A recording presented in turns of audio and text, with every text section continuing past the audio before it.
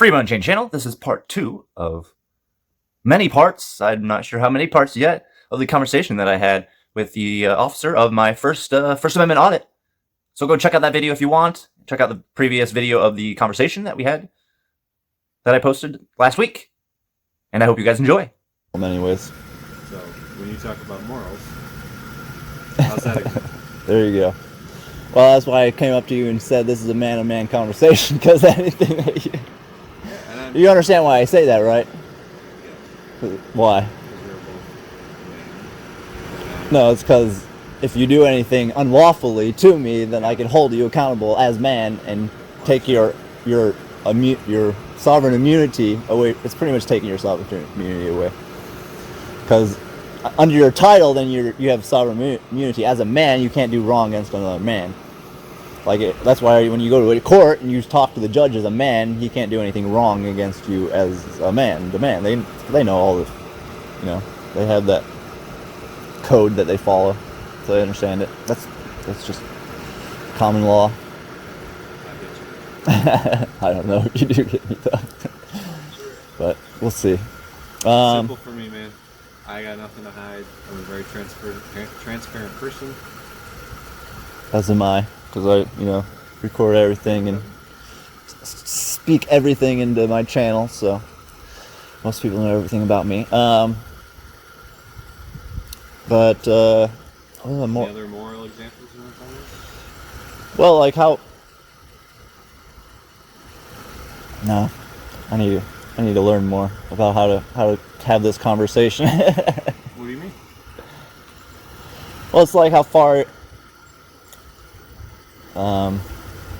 I don't know. I was just listening to this one guy that would have all these conversations. He never released any of his videos to kind of help explain like how he goes about speaking to officers. But his point is he goes out to have, instead of talking law, he tries to talk like the moral base between, and try to be like how far are you willing to push it, to support the politicians that are like the mask mandate or well that wasn't until recently, so I didn't hear him talking about that, but like let's say the mask mandate, if there was a mask mandate and the politician said that you couldn't go into a bar without a mask on. I've like already experienced this. So back last year when COVID was ramping up and they were closing businesses and saying you can't be open, you can't be open. Several times I was called, expected to do something, and I'm like, nope. These people, they own their own business, and there's no legislative statute that I can force it.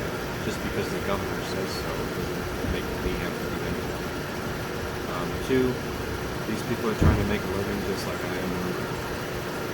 And they choose to be open, and these people choose to support their business. Well, that's their choice. They know the risks. Who am I to get involved with it? And none of it's law anyway, so as far as I'm concerned, do what you want.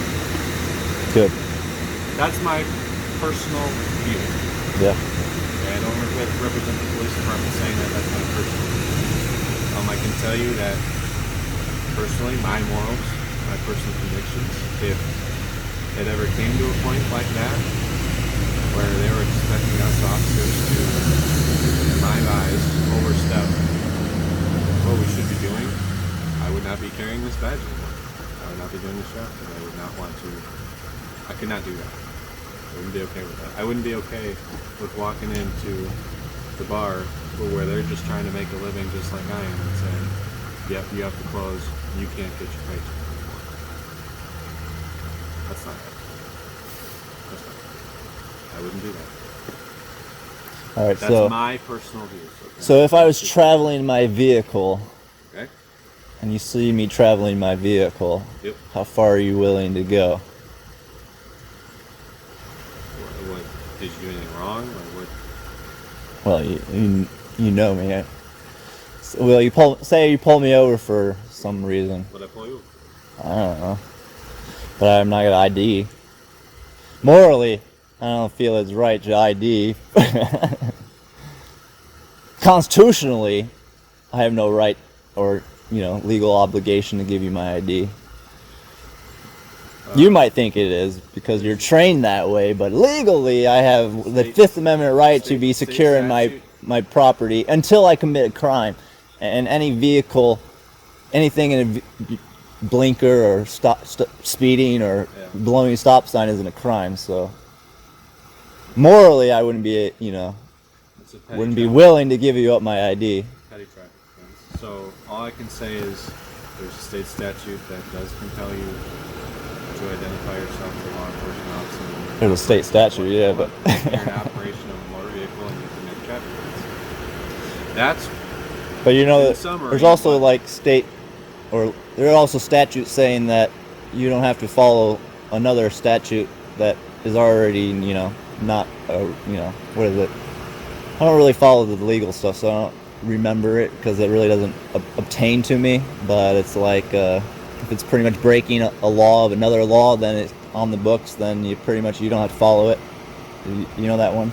Does that make sense, or am I not stating it right? All right. That I think there's more case law for speaking of, so it's kind of like a double standard.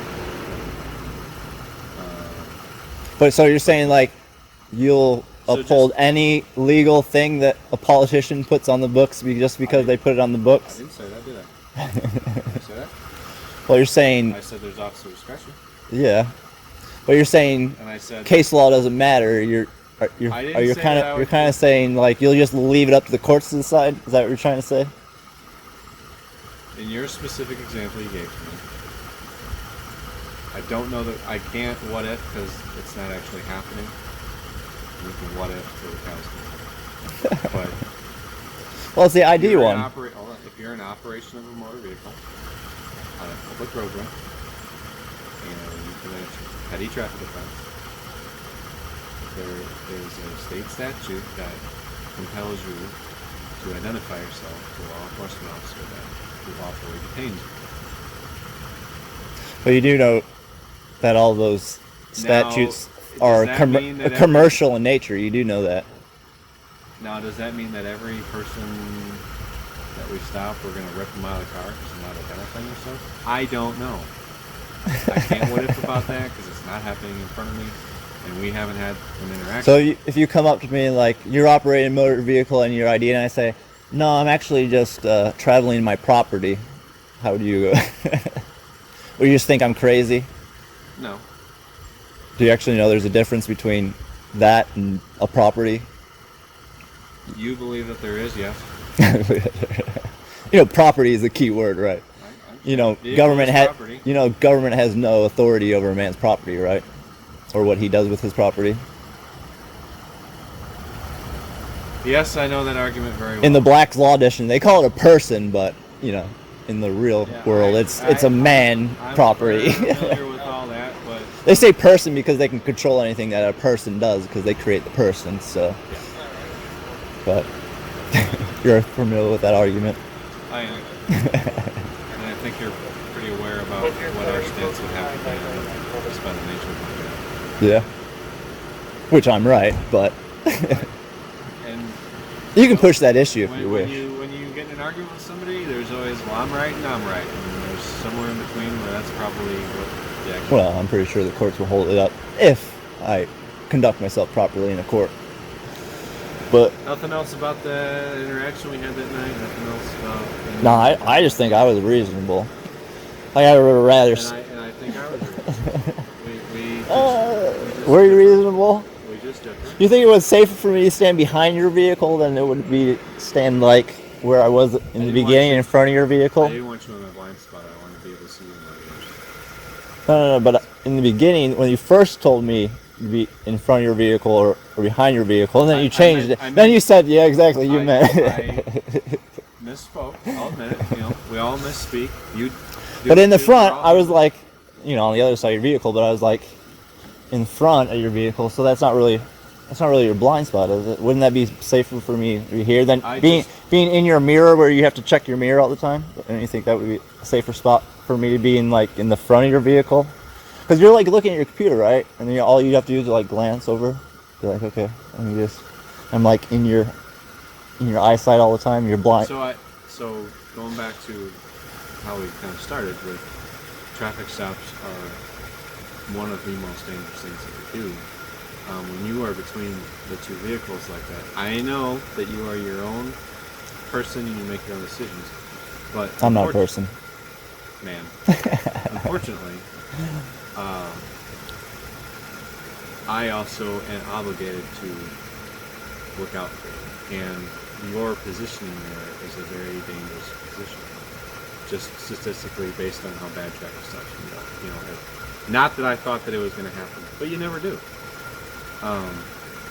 If something broke bad, you were right in a line of crossfire. You would be right in our way to deal with the person in the vehicle. It's not a good position for you, and that's why I wanted you either in front of the defending vehicle or behind you. Yeah. Because that gives you a very safe area. But and that's just you do know you could have like asked and like suggested and said like if you're in that location, you're probably going to be in harm's way instead of going out and barking orders and like that's the like I have no legal lawful obligation to follow any of your orders. You might think you do. I do. Whatever. So we briefly explained it to you, but as I said, when we're dealing with the scope of the stop and I start having to explain all these things to you, that's not the time for me to be explaining. Oh, you didn't have to explain. You could just be like, hey, if you stand there, you might be in harm's way and you're being a risk if something happens. So I would suggest you not stand there. You might want to be stand behind my vehicle. That might be a safer spot. Or, my partner said that. You know, huh? My partner said that to you, and not those words, but he did say we're responsible for you and you're in a bad position. And then your response was, I'm my own man. I can make my own decisions. Mm-hmm. Well, you're not really responsible for me. In my eyes, in the eyes of the public, I am. If I allow you to be in a dangerous position, I'm liable for that. Unfortunately. You may not agree with that. That's the way it is. That's the standard that I'm on. And it's not just you, it's the rest of the public that ultimately it's not. But I just don't think the barking orders out is the proper way to go. For one, because it's not lawfully. I'm sorry that you feel that way, but when we I don't know if I want to get. I don't know if I want to play all my cards and tell you how orders go, and how that would go out. But educate me. I don't want to play all my cards though. I don't know if I want to educate you about, because you might bark orders and I might have to take you up on one of those orders one of these days. You know what happens if I follow one of your orders? What do you do when you go to you go order something at McDonald's? I'm requesting a service. Well, you're ordering something, right? I'm requesting a service. Well, they're taking your order, right? They're taking your order. Request for service. Which is the order.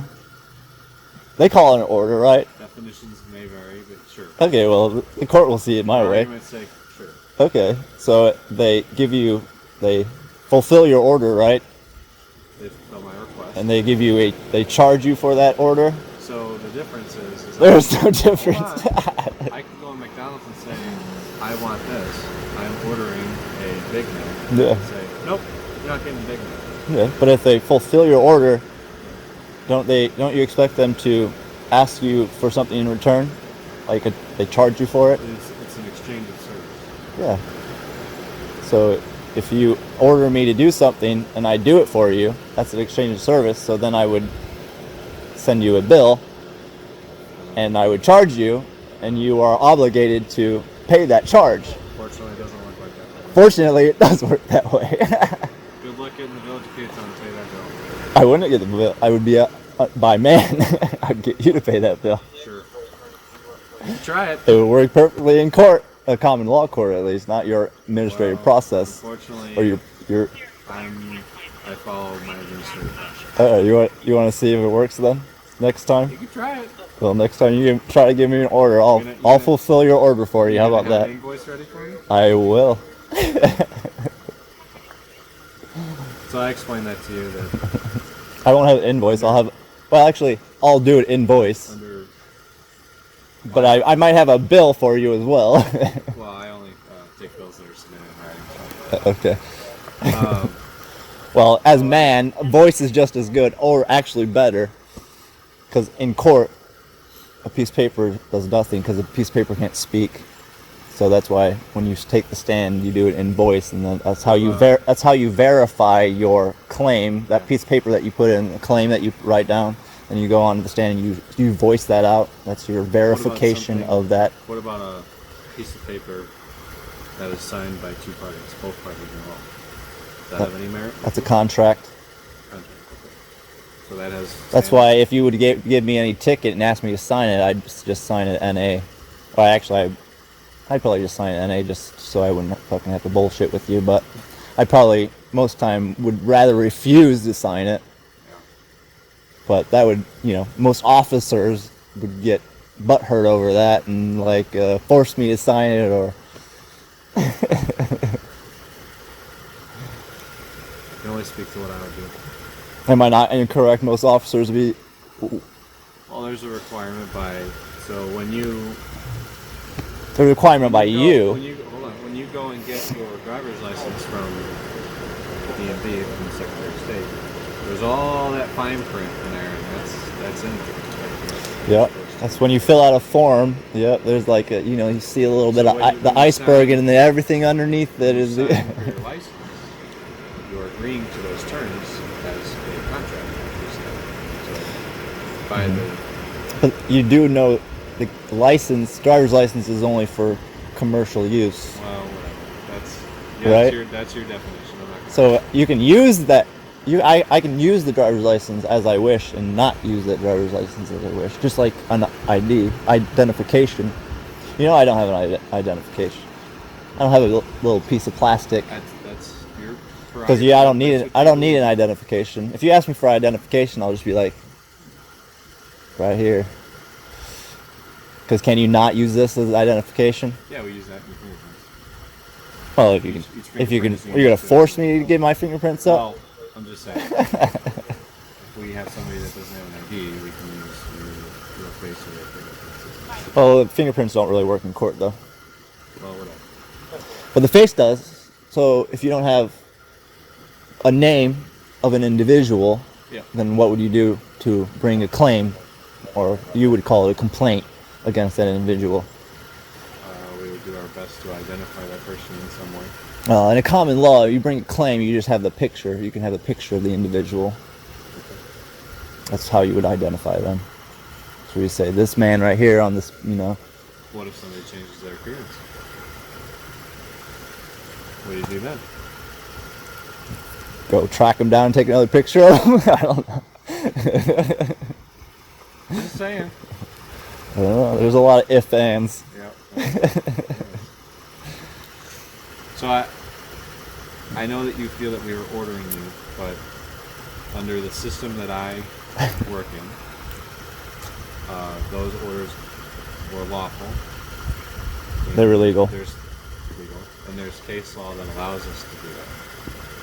But just like with legal law, whatever your term you want to use, it's interpreted But differently. whose case though? All courts aren't all the same. Well, courts are for different jurisdictions and different. Yeah. There's local courts, there's state courts, there's federal courts. There's Garrett's court. Garrett's court. Haven't been to Garrett's court yet. Nope, not yet. I don't think you want to go to Garrett's court. Garrett's court. But that threat, that would have ended you in Garrett's court. That's for sure. That was me making very clear that if you did that action again, you were going to be arrested. That might have been legal for you, but that would have been unlawful. In Garrett's And court. a trespass. In Garrett's court. Yeah, in Garrett's court. And Garrett's my court system, would held up in front of a judge under common law in the court of record. Unfortunately, my system doesn't use common Nope, but you're still a man. law. I am. So if I bring a claim against a man in the common law court, then man still has to appear. Well, maybe I won't appear in Garrett's court. Well, I can still get a judgment against you. Eventually, you're gonna have to appear. Or I can get a warrant, and I have the sheriff execute the warrant and bring you into the court. Just like as you do. Me? You said maybe? Well, that's how it works, right? Potentially. I don't know if the sheriff would really enforce Garrett's court or do much. If the judge gives me a warrant, he signs a warrant, Yeah, if it's a proper warrant, in a common law court of record, He then may. I'm pretty sure they'll execute it. He may. Hope that was a little entertaining for you guys. Please subscribe to the channel. Please comment, like the video, share it around. And until next time, I'm going to see you guys in the love and the light of the One Infinite Creator. Peace.